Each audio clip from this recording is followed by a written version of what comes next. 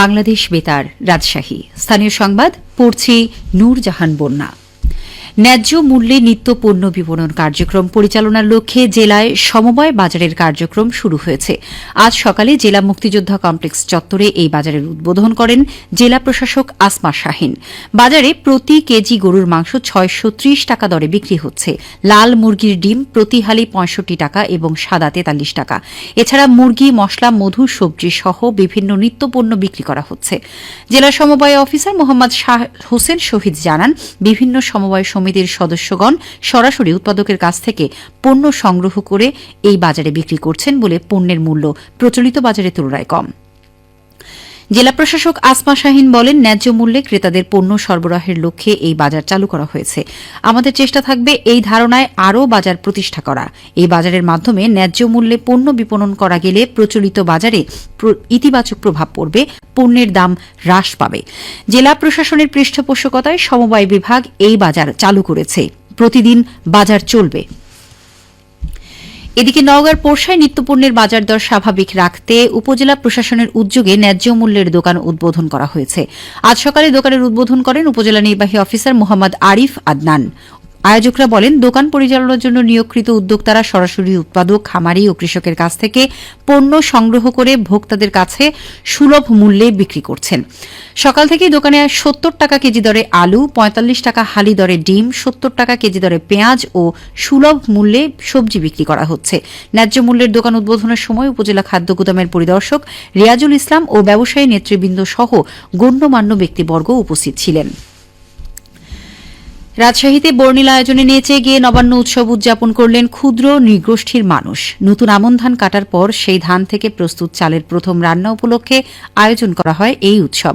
রাজশাহী বিভাগীয় ক্ষুদ্র নৃগোষ্ঠীর cultural academy এই আয়োজন করে। এদিকে আজ সকালে একাডেমি চত্বরে এসো মিলি সবে নবান্নের উৎসবে প্রতিপাদ্যকে সামনে রেখে এই উৎসবের আয়োজন করা হয়। এই নবান্ন উৎসবে আদিবাসী সঙ্গীত শিল্পী, নৃত্য শিল্পীগণ একক ও দলীয় লোকসঙ্গীত নৃত্য পরিবেশন করেন। একই সাথে ছিল ক্ষুদ্র নৃগোষ্ঠীর পরিবেশনাও। দিনভর শনিবার নানা ধরনের সঙ্গীত নৃত্যের পর এক আয়োজনে উৎসব মুখর ছিল একাডেমি চত্বর। নবান্ন উৎসব অনুষ্ঠানের উদ্বোধন করেন একাডেমির নির্বাহী সদস্য আকবরুল হাসান মিল্লাত। বাংলাদেশে ইসকন নিষিদ্ধ এবং মুর্শিদপুর দরবার ও মসজিদে হামলা, লুটপাটকারীদের দ্রুত শাস্তির দাবিতে বগুড়ায় মানববন্ধন করা হয়েছে। আজ বিকেলে শহরের সাতমাথায় এই মানববন্ধন করা হয়। আহলে সুন্নাত ওয়াল জামায়াতের বগুড়া জেলা শাখার আয়োজনে এই কর্মসূচি পালন করা হয়। মানববন্ধনের সাতমাথায় এক সংক্ষিপ্ত সমাবেশে বক্তৃতা করেন মুফতি মাওলানা আব্দুল কাদের সিদ্দিকী নুরু, মুফতি মহিউদ্দিন আব্দুল বারী চিশতি।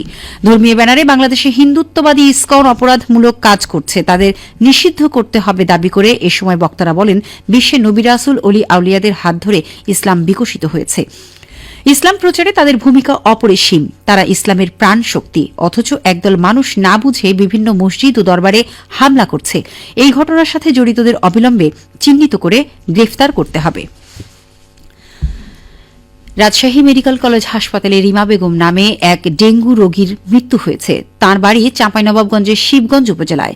আজ শনিবার হাসপাতালের নিয়মিত প্রতিবেদনে এ তথ্য জানানো হয়েছে। ওই প্রতিবেদনে বলা হয়, গৃহবধূ রিমাকে গত ২৪ নভেম্বর সন্ধ্যায় হাসপাতালে ভর্তি করা হয়েছিল। তিনি ডেঙ্গু পজিটিভ ছিলেন। তার শারীরিক অবস্থা খারাপ থাকায় ভর্তির পরই তাকে নিবিড় পরিচর্যা কেন্দ্রে রাখা হয়েছিল। শুক্রবার বিকালে তিনি মারা যান। এবছর রামেক হাসপাতালে মোট ৪ জন ডেঙ্গু রোগী মারা গেলেন। বর্তমানে হাসপাতালে মোট ৬০ জন ডেঙ্গু রোগী চিকিৎসাধীন। নওগাঁর নজিপুর সরকারি কলেজ মাঠে রোভার স্কাউটের উদ্যোগে শুরু হয়েছে দুদিনব্যাপী বার্ষিক তাঁবু বাস ও দীক্ষা অনুষ্ঠান। আজ সকালে ক্যাম্পের উদ্বোধনী অনুষ্ঠানে প্রধান অতিথি ছিলেন নজিপুর সরকারি কলেজের অধ্যক্ষ প্রফেসর মোহাম্মদ মতিউর রহমান। আয়োজকরা বলেন, তাঁবু বাস ও দীক্ষা অনুষ্ঠানে ৫০ জন রোভার সদস্য অংশগ্রহণ করছে। ক্যাম্প সম্পন্ন করে তারা তথ্য প্রযুক্তির ব্যবহার, সমাজ উন্নয়ন ও মানব সেবায় রোভারদের ভূমিকা, দক্ষতা বৃদ্ধি, তাঁবুবাস ব্যবহারিক জ্ঞান ও অভিজ্ঞতা অর্জন করবে। আগামীকাল রোববার বিকেলে দীক্ষা প্রদান, সাংস্কৃতিক অনুষ্ঠান, ক্যাম্প ফায়ার ও সনদ বিতরণের মধ্য দিয়ে আনুষ্ঠানিকতা শেষ হবে। নাটোরের নলডাঙ্গায় বাঁশিলা মাদ্রাসা মাঠে অনুষ্ঠিত রুহুল কুদ্দুস তালুকদার ফুটবল প্রতিযোগিতায় আজ সেমিফাইনাল খেলা অনুষ্ঠিত হয়েছে। খেলায় খোলাবাড়িয়া একাদশ 2-0 গোলে দীঘাপতিয়া স্পোর্টিং ক্লাবকে পরাজিত করেছে। 16টি দলের অংশগ্রহণে এই প্রতিযোগিতা অনুষ্ঠিত হচ্ছে। সবশেষে আবহাওয়া। আজ রাজশাহীতে সর্বোচ্চ তাপমাত্রা ছিল 29.2 ডিগ্রি এবং সর্বনিম্ন 16 ডিগ্রি সেলসিয়াস। সন্ধ্যে 6টায় বাতাসে আপেক্ষিক আর্দ্রতার পরিমাণ ছিল 78%।